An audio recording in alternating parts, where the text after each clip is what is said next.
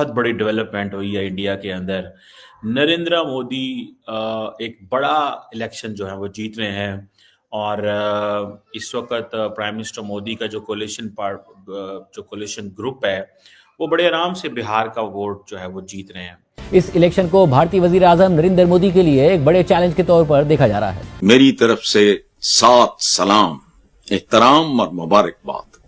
देखो बात सुनो, जिंदा और मुर्दा मुआशरों में यही फर्क होता है। वोटर टर्नआउट 64% से ज्यादा रहा है, जो बिहार की तारीख में सबसे ज्यादा टर्नआउट है। बिहार इलेक्शंस के रिजल्ट्स आ रहे हैं, जिसमें पीएम मोदी की पार्टी जो है या उनके साथ जो कोलिशन में जो पार्टीज हैं वो बहुत ही जबरदस्त तरीके से हमें जीतते हुए दिखाई दे रहे हैं। तो आपने उनके चेहरे को गौर से देखना है, बड़े ही पुर इत्मीनान नजर आते हैं, क्योंकि जिस इंसान ने काम किया हो ना, जो इंसान गरीबों के लिए खड़ा हो, जिसने गरीबों का साथ दिया हो, तो वो इंसान टेंशन नहीं लेता। भारत को दुनिया में सबसे बड़ी जमहूरियत कहा जाता है। ये आप समझ लें कि Narendra Modi is still the most popular leader.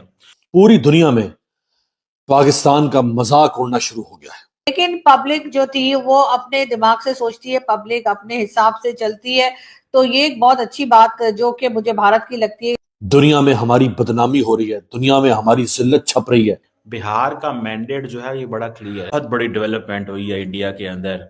Narendra Modi एक बड़ा इलेक्शन जो है वो जीत रहे हैं और इस वक्त प्राइम मिनिस्टर मोदी का जो कोलिशन ग्रुप है वो बड़े आराम से बिहार का वोट जो है वो जीत रहे हैं और ये आप समझ लें कि Narendra Modi is still the most popular leader.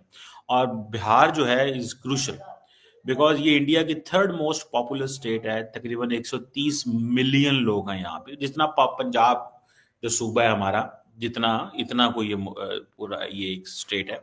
और कहा जाता है कि ये जो पांचवा जो highest number of law makers हैं पार्लियामेंट में यहाँ से जाते हैं। ठीक है जी। सो ये अगर इसका कंट्रोल ना रहता, नेपाल से इसका बॉर्डर मिलता है बांग्लादेश के साथ, बिल्कुल ये थोड़ा सा इसका फर्क है। अगर इसका वोट ना मिलता तो नरेंद्र मोदी की जो हिंदी हार्टलैंड की जो पावर स्ट्रगल थी वो खत्म हो जाती। ये हिंदी हार्टलैंड है। National political narrative Narendra Modi कभी भी ना बना सकते अगर ये चीज जो है वो सामने आती। तो देखिए, ये जो हिंदी हार्टलैंड है ना, ये नरेंद्र मोदी साहब की जान है इसके अंदर, याद रखिएगा, ऑलवेज रिमेंबर। और मैं आपको क्या बता रहा था कि ये जो नेशनल जो डेमोक्रेटिक अलायंस है, ठीक है, आप इसको जरा देखें, इन्होंने they have done wonders in so many ways कि ये अभी डिफरेंट सीट्स आ रही हैं और अभी डाटा आ रहा है। अब देखें, एक चीज तो ये होना चाहिए कि बिहार का बड़ा क्लियर मैंडेट मिला। मैंने आपको बताया 5th highest number of law makers जो पार्लियामेंट में जाते हैं वो यहाँ से जाते हैं। ईस्टर्न स्टेट है और जैसे मैंने कहा Hindi heartland national political narrative को ये शेप करती है।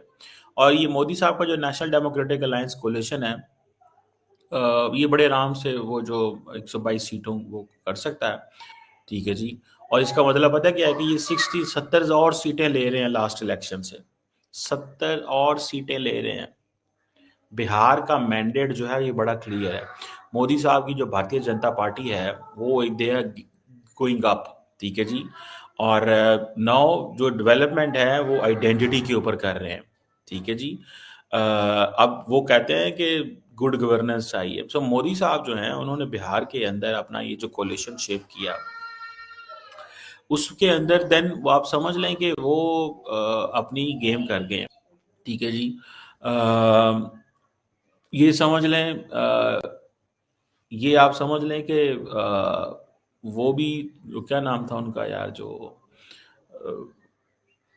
वो यादव साहब जो हैं, तेजस्वी यादव जो हैं, वो लालू प्रसाद यादव के बेटे, ही कुडंट मेक इट, वो नहीं कर सके। बिहार इलेक्शंस के रिजल्ट्स आ रहे हैं, जिसमें पीएम मोदी की पार्टी जो है या उनके साथ जो कोलिशन में जो पार्टीज हैं वो बहुत ही जबरदस्त तरीके से हमें जीतते हुए दिखाई दे रहे हैं। और कांग्रेस के साथ जो पार्टीज हैं वो हमें कहीं बहुत दूर दिखाई दे रहे हैं मुकाबले में।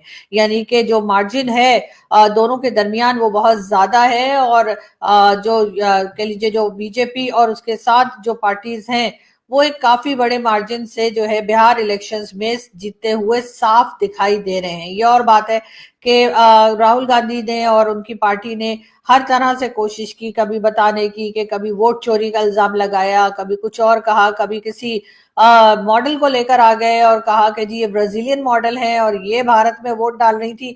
लेकिन पब्लिक जो थी वो अपने दिमाग से सोचती है, पब्लिक अपने हिसाब से चलती है।